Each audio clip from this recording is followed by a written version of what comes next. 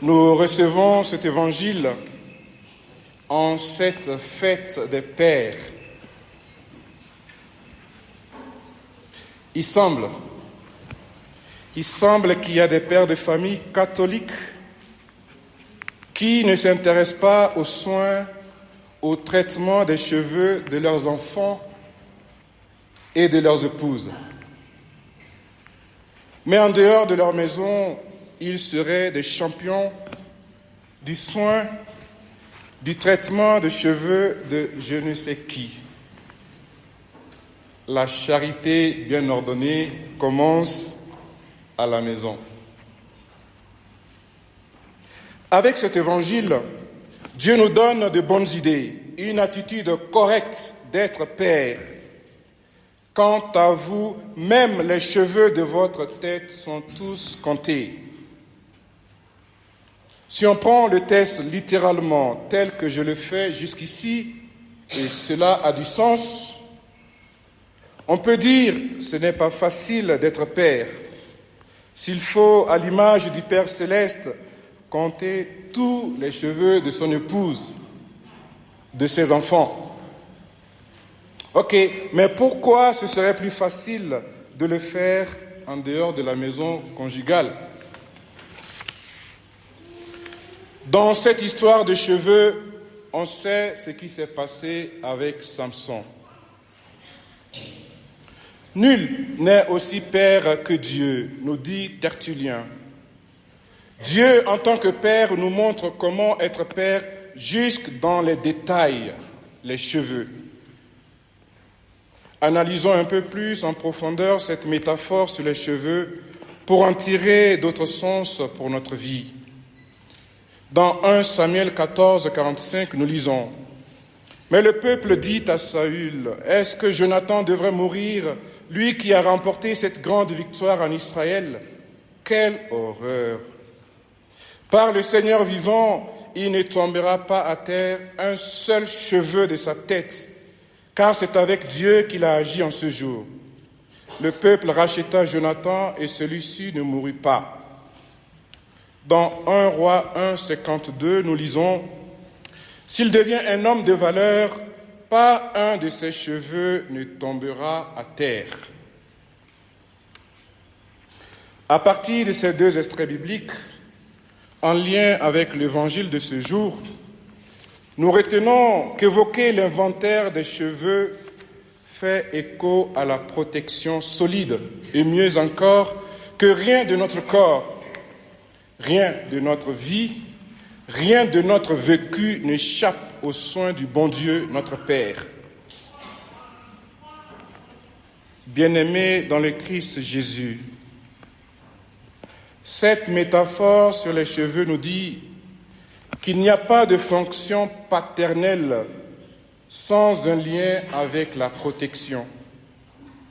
Le Père protège. Merci à nos pères pour toutes les protections visibles et invisibles qui nous viennent d'eux.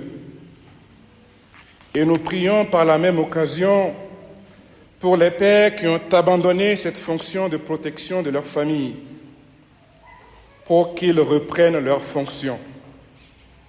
Ce n'est pas encore le moment de la retraite. D'ailleurs, c'est une fonction éternelle. L'enquête dans les sociétés traditionnelles rappelle que la fonction paternelle, comme toute fonction parentale, est soutenue par des croyances qui lui confèrent une solidité, une fermeté, un repère. Que serait un père qui ne croit pas en Dieu? Par la croyance, le père adhère à des valeurs substantielles, à une vision globale et intégrale de la vie. Tels nos pères dans la foi, il avance comme s'il voyait l'invisible. Et il est beau. La paternité est inévitablement liée à l'invisible, Dieu. Nous avons un Père merveilleux, Dieu. Et notre communauté ici est béni d'avoir des pères merveilleux, n'est-ce pas? Christian Bobin, un auteur français, disait « Un père, c'est quelqu'un qui représente autre chose que lui-même et qui croit en ce qu'il représente. Ne craignez pas ce qui tue le corps sans pouvoir tuer l'âme. Celui qui me réunira devant les hommes, moi aussi je le réunirai devant mon Père qui est aux cieux. » Il y a des enfants qui craignent leur père. Il y a des pères qui craignent leurs enfants. Le tout en mode chien et chat. L'Écriture sainte nous dit « L'amour parfait bannit la crainte ». 1 Jean 4, 18. Il y a également des pères qui réunissent leurs enfants. Et il y a des enfants qui réunissent leur père. Notre prière de chaque jour doit s'élargir à toutes ces souffrances, ces traumatismes, pour que notre Père du ciel incline les cœurs des pères et des enfants dans une communion père-enfant, enfant-père. Dans la tragique et salvatrice épisode de la Passion de Jésus, le verbe régner a été utilisé par Jésus parlant de Pierre. Alors Pierre se souvint de la parole que le Seigneur lui avait dite « Avant que le coq chante aujourd'hui, tu m'auras régné 3 fois. » Revenons à l'évangile de ce jour.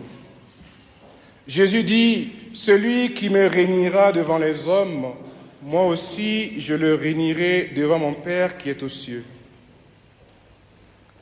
Qu'est-il arrivé à Pierre suite à son reniement? Jésus l'a régné à son tour. Que s'est-il passé? Là se trouve un puissant enseignement. Celui qui initie la communion, ce n'est pas celui qui a régné, ce n'est pas Pierre. Mais Jésus qui a été régné, celui qui initie la communion. Quand ils eurent mangé, Jésus dit à Simon-Pierre, « Simon, fils de Jean, m'aimes-tu vraiment? M'aimes-tu vraiment plus que ceci ?» Il lui répond, « Oui, Seigneur, toi tu le sais, je t'aime. » Imaginons si c'était le papa de l'autre au quartier. Quelle aurait été la réponse idéale? Tu dis que tu m'aimes et pourtant tu m'as régné. Je vous laisse imaginer la suite de la réponse. Mais que fait Jésus? Jésus lui dit, « Sois le berger de mes agneaux. » Le Père, c'est celui qui propose la communion. Dans le processus de communion, Jésus adopte une démarche culturelle indiscutable dans nos cultures africaines et même dans toutes les cultures humaines. Le repas communautaire, le repas familial. Quand ils eurent mangé, la communion du Père et de sa famille passe par le repas familial. Malheureusement, dans nos sociétés, il y a des pères qui sont comme des feux tricolores lors des repas en famille, des clignotants. Ils apparaissent, ils disparaissent. Ils sont là par intermittence et la communion familiale ressemble au feu tricolore. Pour nous tous, enfin, ne craignez pas les hommes. Jésus est très concret dans sa pensée. De quels hommes parlait-il? Ne craignez pas ceux qui tuent le corps sans pouvoir tuer l'âme. Craignez plutôt celui qui peut faire périr dans la géhenne l'âme aussi bien que le corps. Dans l'histoire de nos vies, nous avons craint des hommes au service, en famille, au village. Peut-être nous craignons actuellement des hommes, ceux qui tuent. La persécution est réelle et le cri des victimes est légitime. Pour le dire dans le langage actuel, on se méfie des hommes ou on s'est méfié des hommes parce qu'ils tuent. Et on a peut-être, comme Pierre, régné Jésus par des attitudes ou pratiques douteuses. Quelle a été la stratégie de Jésus face aux hommes qui tuent? Quelles sont nos pratiques face aux hommes qui tuent? Jésus nous dit, craignez plutôt celui qui peut faire périr dans la géhenne l'âme aussi bien que le corps. Le Christ Jésus a vécu de ses paroles jusqu'à la croix, jusqu'à la mort. Et Dieu le Père l'a exaucé, non pas en l'évitant la mort, mais en le ressuscitant d'entre les morts. L'amour de Dieu et sa fidélité nous accompagnent. Si je traverse les ravins de la mort, je ne crains aucun mal, car tu es avec moi. Ton bâton me guide et me rassure, dit Psaume 22. Une conviction qui caractérise la vie du chrétien en ce monde dangereux.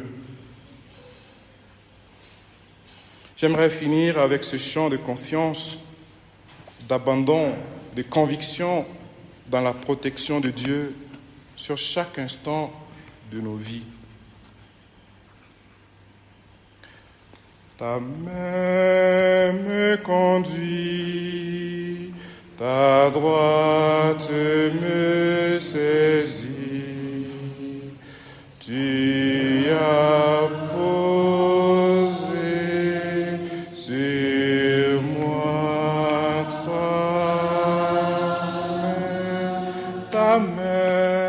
ta main me conduit, ta droite me saisit, tu as posé sur moi ta main. Toi tu me sondes, me connais, tous mes chemins sont devant toi.